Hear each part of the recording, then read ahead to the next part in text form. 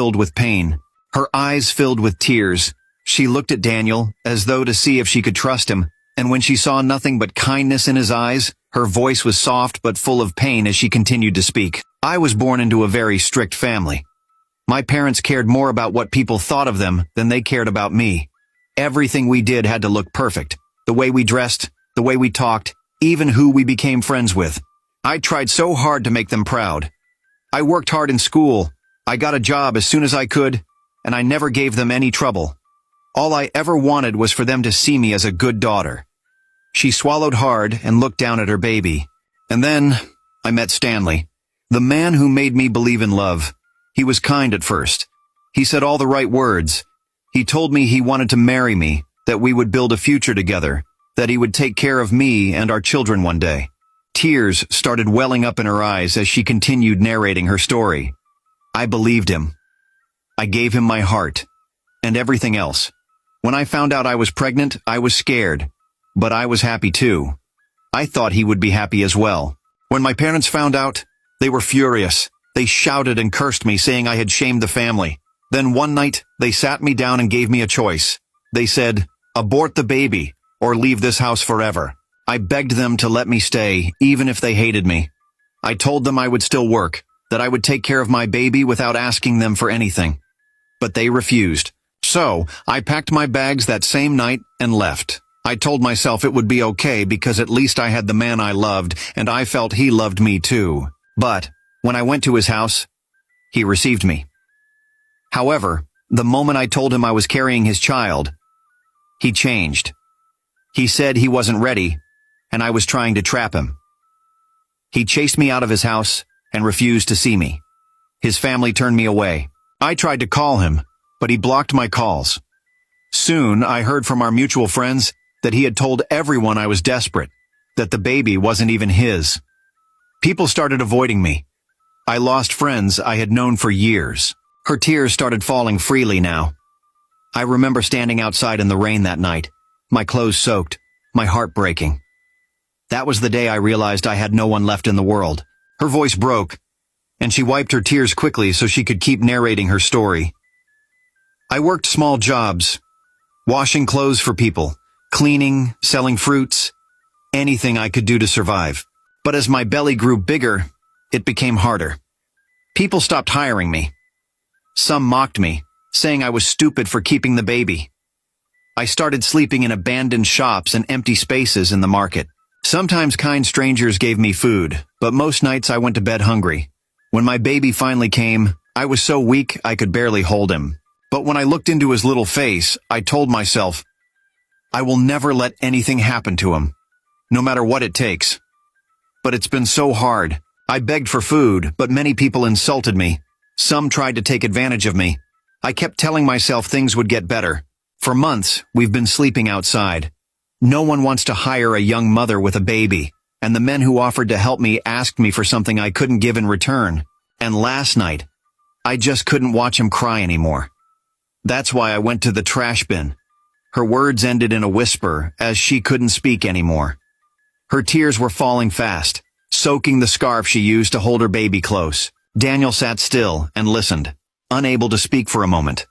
He had heard stories of suffering before, but sitting across from Esther, hearing every detail, seeing her cry quietly while rocking her child, it deeply broke his heart. He leaned forward slowly. His voice was low and full of emotion, as he said, "You've been through so much. You didn't deserve any of that, Esther. No woman deserves that." Esther lifted her tear-filled eyes and looked at him. No one had ever spoken to her like that before, and for the first time in years, she felt hope and relief, because someone finally cared enough to ask and listen to her story. Daniel looked at the little boy sleeping peacefully on her lap, not knowing how much his mother had suffered to keep him safe. At that moment, Daniel made a choice that even surprised him. "Esther," he said softly, "you don't have to carry this pain anymore. Not you, not your baby. I cannot change what has already happened, but I can stand with you now. From today, this house is your home. You will not worry about food or rent or tomorrow. Every month I will give you money so you and your child can live well. You both deserve a new beginning." Esther's eyes widened. She shook her head again and again. tears spilling down her cheeks. "No one has ever helped me like this before. Please, I don't know how I will ever repay you." Daniel gave a small smile and said, "You do not need to thank me, Esther. You do not need to pay me back. Just love your son, raise him, and let him grow strong. That is all I ask." Esther dropped to her knees, reached for Daniel's hand, and held it tightly. Her voice broke as she cried again and again. "Thank you. Thank you for saving my life. Thank you for giving my son a future." But as Daniel turned to leave, she asked for his name, and he told her. Weeks passed, and for the first time in many months, Esther woke up with a smile on her face every morning. Her baby was now healthier and full of laughter. Daniel began to see them often. At first, he told himself it was only to see how Esther and the baby were doing. But soon he found himself coming simply because he wanted to be near them. Every time he stepped through the door and saw Esther's warm smile or the baby's tiny hands reaching up, something inside him softened. His house was no longer silent when he returned from long nights at work. Now, things were different. With Esther and her child, the silence was gone. In the evenings, they would sit together, talking about life and sometimes about his work. Esther was gentle, yet strong in ways that amazed him. Her words were soft, but filled with wisdom that touched his heart. And as the days went by, Daniel felt something inside him begin to change. The emptiness that once followed him everywhere started to fade. He no longer felt like the empty billionaire who worked late into the night only to come home to silence. For the first time in his life, Daniel felt that he belonged somewhere. Not just in a world of riches, but in a world of love and laughter. One afternoon, Daniel brought some books for Esther. He was shocked when she read through them quickly and began discussing ideas that even his board of directors had never thought of. "You're brilliant," Daniel said, looking at her with admiration. "You think like an entrepreneur. You just never had the chance to try." Esther smiled and told him that she had always dreamt of having her own small business, but she was unable to save up enough money when she got pregnant. Daniel thought about it for a while and said, "I will give you a loan, not a gift, so that you can start. And one day when you're ready, you can pay me back." Esther was so happy that she almost jumped to hug him. "Would you really do that for me?" she asked. "Yes," Daniel replied simply.